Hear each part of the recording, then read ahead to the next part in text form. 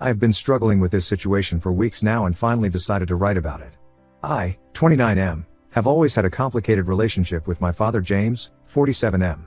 I need to explain our family background first to help everyone understand the whole situation. I am James's oldest child from his first marriage.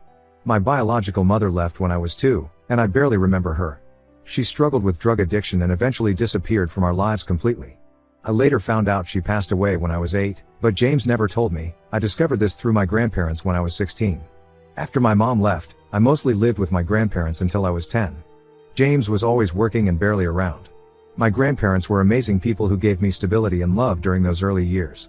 They tried to get James to give them custody, but he refused, saying a son belongs with his father. The irony is that he was hardly ever there. When I was 10, James married Rachel and they went on to have 3 sons together: Matt, 24M, Luke, 22M, and Josh, 19M. Rachel turned out to be an incredible stepmom. She never treated me differently from her biological sons and always made sure I felt included in the family. She's the type of person who remembers everyone's favorite foods, keeps track of all our important dates, and genuinely cares about our happiness. She even stood up to James multiple times when he was being too harsh with me. James has always portrayed himself as this deeply religious and moral person. He made us attend church every Sunday, led prayer before meals, and constantly lectured us about living righteous lives. He was particularly strict with me because I was the oldest and, in his words, needed to set an example for my brothers. But his version of being religious was more about appearances than actual compassion or understanding. The first major conflict between us happened when I joined the military instead of going to college like he wanted. He said I was wasting my potential and disappointing God by choosing a path of violence. The irony is that he had no problem with violence when he used to get physical during my childhood, though he always called it discipline rather than what it really was. After leaving the service, I started traveling and exploring different spiritual practices. I spent time in Buddhist temples in Thailand, lived with indigenous communities in South America, and generally tried to understand different perspectives on life and faith. James hated this. He called me a hippie, said I was straying from God's path, and even told my brothers not to listen to my stories about other cultures and beliefs. But the real breaking point in our relationship came 3 years ago when I got divorced. My ex-wife developed severe schizophrenia and became increasingly dangerous. She tried to stab me multiple times, once tried to poison my food because she thought I was a demon, and during a camping trip, she attempted to set our tent on fire while I was sleeping because voices told her to purify me with flame. When I finally decided to end the marriage for my safety, I went to James for support. His reaction was devastating. He completely shut me down, refused to even look at the police reports or hear about the incidents. He said marriage was sacred and that a real man never abandons his wife, no matter what. He quoted Bible verses about enduring hardship and insisted that with enough prayer and patience, any marriage could be saved. He cut contact with me for 6 months after that, telling my brothers I had chosen a path of sin. This brings us to the current situation. Last week, we discovered that James has been having an affair for the past 8 months. He's been seeing a woman named Sarah from his workplace and lying to Rachel about working late.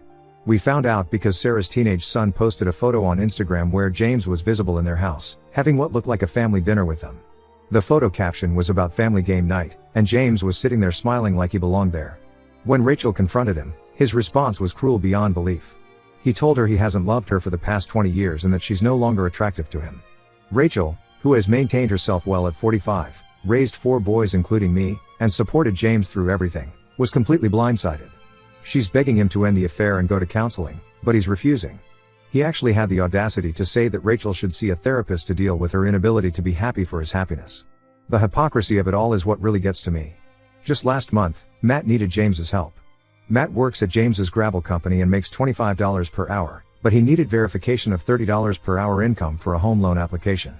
He and his wife have a 2-year-old daughter, and they've been trying to move out of their tiny apartment into a proper house. James refused to help, saying it would be lying and against God's teachings.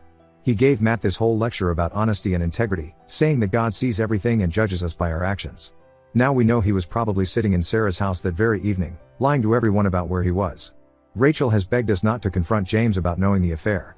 She's terrified he'll blame her for turning us against him, which is exactly the kind of thing he would do. My brothers are furious but trying to keep quiet for Rachel's sake. The timing is especially complicated because James and I had planned a road trip to Mexico next month. My Jeep broke down recently, and he sent me money to buy a replacement vehicle so I could drive back with my 2 dogs. He was supposed to help with the journey and navigation. I'm torn between confronting him about his hypocrisy and maintaining peace for Rachel's sake. The man who lectured me about abandoning my dangerous wife is now abandoning his faithful wife of 20 years. The man who preached about honesty is living a double life. The man who talked endlessly about family values is destroying his own family. My brothers want to cut him off completely but are worried about his reaction. He struggled with alcohol addiction years ago and has been sober for 15 years. We're all concerned he might relapse if everyone turns against him at once. I've seen him during his drinking days, and it wasn't pretty. He would get violent and say horrible things, then cry and beg for forgiveness the next day. Right now, I'm leaning towards going on the planned trip because I need the help with transportation, but confronting him afterward. However, I'm worried that spending that much time with him might make me lose my temper, especially if he starts preaching about morality again. The other woman has previously reached out to Rachel through social media, so we could always say that's how we found out if needed. Part of me wants to maintain some relationship with him for my younger brother's sake, but another part feels like he doesn't deserve any of us in his life after what he's done. I've spent years trying to understand and forgive his controlling behavior and religious hypocrisy, but this feels like the final straw. How can I ever respect someone who preaches morality while destroying his own family? Update 1: Everything has gotten far worse than I could have imagined. I decided to go ahead with the Mexico trip because I desperately needed the help with transportation and couldn't afford alternative arrangements. I thought I could keep my composure and just get through it, but that turned out to be impossible. The first day was actually decent. We drove mostly in silence, listening to the radio. James tried to make small talk about work and the weather, carefully avoiding any meaningful topics. I played along, thinking maybe we could just get through this without drama. We even managed to have a normal dinner at a small restaurant near the border. But everything fell apart on the second day. We had stopped at another restaurant for dinner when James got a call. He looked at his phone, made an excuse about it being work-related, and stepped outside. He forgot that his phone was connected to the truck's Bluetooth system from earlier, so when he answered the call in the parking lot, it came through the speakers in the truck where I was waiting. It was Sarah, his affair partner, and she was crying hysterically about how he hadn't answered her calls all day. She was saying things like how much she missed him and asking why he was ignoring her. James was trying to calm her down in this soft, loving voice I had never heard him use with Rachel. That was when I snapped. I got out of the truck and confronted him right there in the parking lot. The look on his face when he realized I could hear everything was almost comical. He quickly hung up and tried to play it off, but I wasn't having it. 20 years of pent-up anger just came pouring out. I reminded him of everything, how he treated me during my divorce, all his preaching about family values, his refusal to help Matt with the loan application. His response was exactly what I expected but somehow still shocked me. He said my situation was completely different because my ex-wife just needed prayer and patience to be cured. According to him, mental illness is just a lack of faith, and if I had been a better Christian husband, she would have gotten better. Then he had the audacity to defend his affair. He said what he has with Sarah is real love, not like his marriage to Rachel. He claimed Rachel had been emotionally distant for years and that Sarah understands him in a way Rachel never did. When I pointed out that he's known Sarah for less than a year while Rachel has stood by him for 2 decades, he just waved it off. The argument got more heated, and that's when he let slip something that made my blood boil. He admitted he's been planning to leave Rachel for months. He and Sarah have been house hunting together, and he's already picked out a place where her son can have his own room. He talked about it like it was the most natural thing in the world, completely ignoring the fact that he has 4 sons and a granddaughter who would be affected by this. I immediately called Matt and told him everything. That's when the whole truth came out. Matt revealed that James hadn't refused to help with his loan application because of religious principles. He had refused because he needed that money for the down payment on his new house with Sarah. He literally chose his affair partner over helping his own son provide a home for his young family. Matt was furious and immediately called Rachel to warn her about the money. Rachel did some digging and discovered that James had been secretly moving money from their joint account into a personal account for months. He had been preparing for this split while pretending everything was normal at home. Rachel was devastated all over again but also angry. She contacted a divorce lawyer that same day and started gathering evidence of the affair and the hidden money transfers. I couldn't stand to be around James anymore after that. I told him I was done and got a rental car to drive back home. The look on his face when I started transferring my bags to the rental car was almost pitiful. He kept switching between anger and begging. One minute he was yelling about how I was betraying him and destroying the family, the next he was pleading with me to understand his position and keep his secrets. Since I left him there, he hasn't stopped trying to contact me. His messages range from angry rants about how I've turned everyone against him to long, self-pitying texts about how no one understands true love. He even tried to guilt-trip me by saying that if I really loved him as a father, I would want him to be happy with Sarah. The most recent message I got from him was the worst. He actually tried to compare his situation to my military service, saying that just as I had to leave my family to serve my country, he has to leave his family to serve his heart. I haven't responded to any of his messages. I just can't deal with this level of delusion and self-justification. Rachel is holding up better than expected, probably because she's finally taking action instead of just hoping things will get better. She's already moved all the remaining money from their joint account into a new account in her name only. James doesn't know about the divorce preparations yet, and honestly, I'm a bit worried about how he'll react when he finds out. My brothers and I have been taking turns staying with Rachel to make sure she's okay. Luke found all the photos James had hidden of himself with Sarah and her son, dating back months before we discovered the affair.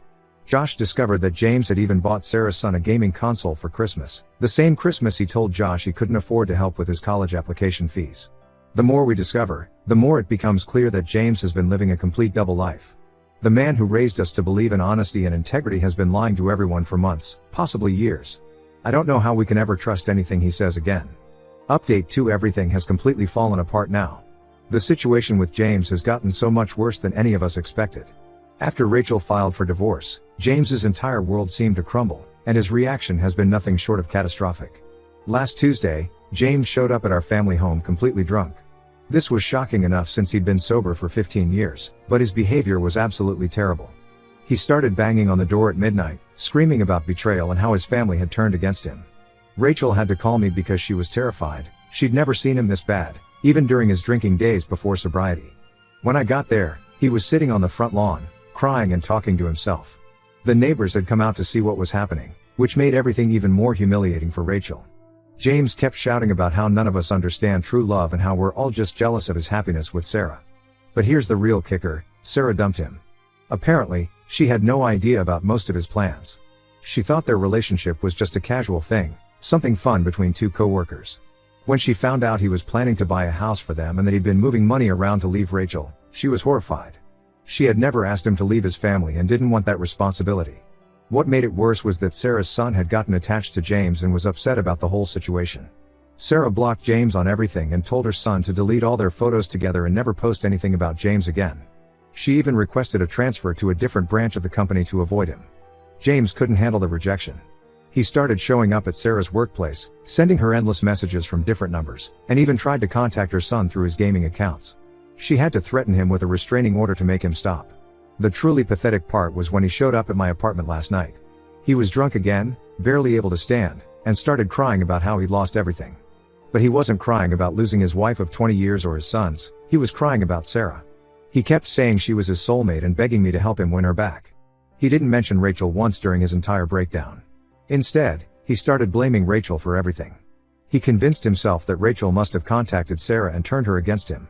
He created this whole conspiracy theory about how Rachel had orchestrated everything to punish him. When I pointed out that Sarah left him because she found out about his lies, he refused to accept it. He even accused Rachel of turning his sons against him out of spite. He said she was poisoning our minds and that we were being manipulated. That's when I lost it. I reminded him that we all saw his behavior with our own eyes. We saw the evidence of his lies, the secret bank accounts, and the way he treated everyone. The final straw was when he started talking about Matt's daughter, his only grandchild.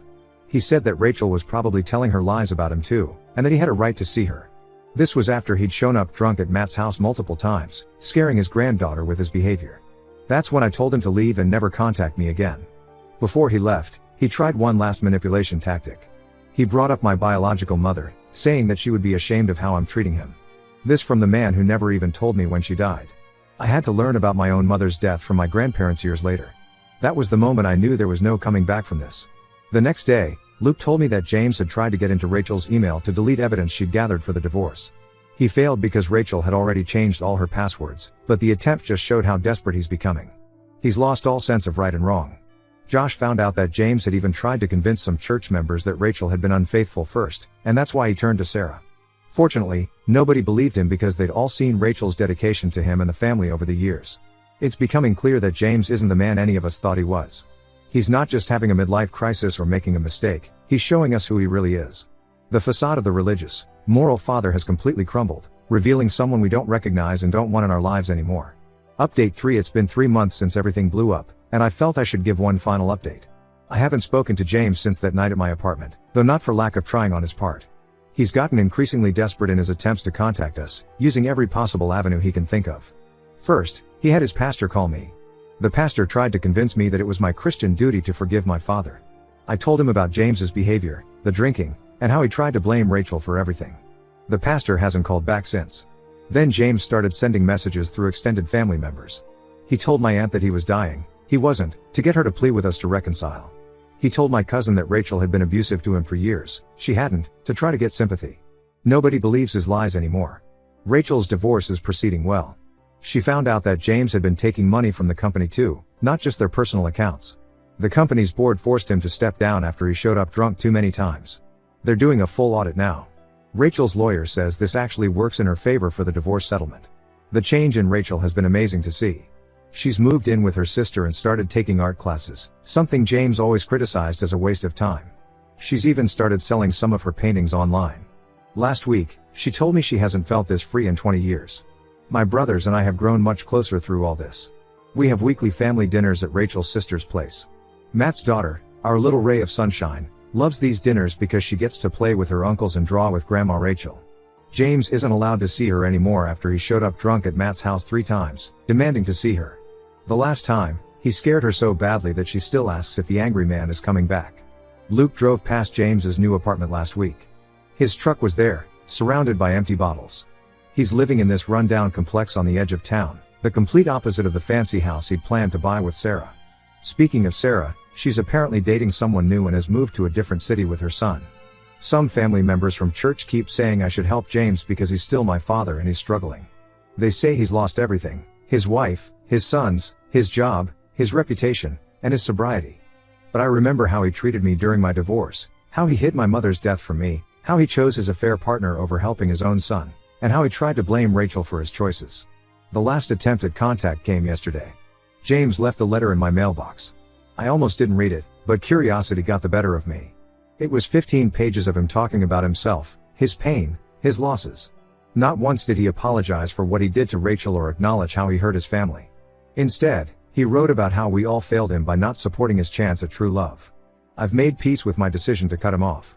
The man I thought was my father, the one who preached about morality and family values, never really existed. He was just a facade, and now that the facade has crumbled, I don't recognize the person underneath. Rachel and my brothers are my real family now. We're actually happier without James's constant judgment and manipulation. Sometimes the best thing you can do for your mental peace is to walk away from toxic people, even if they're family. Maybe especially if they're family. I don't plan to make any more updates. This chapter of our lives is closed, and we're all moving forward. Thank you to everyone who offered support and advice through this journey.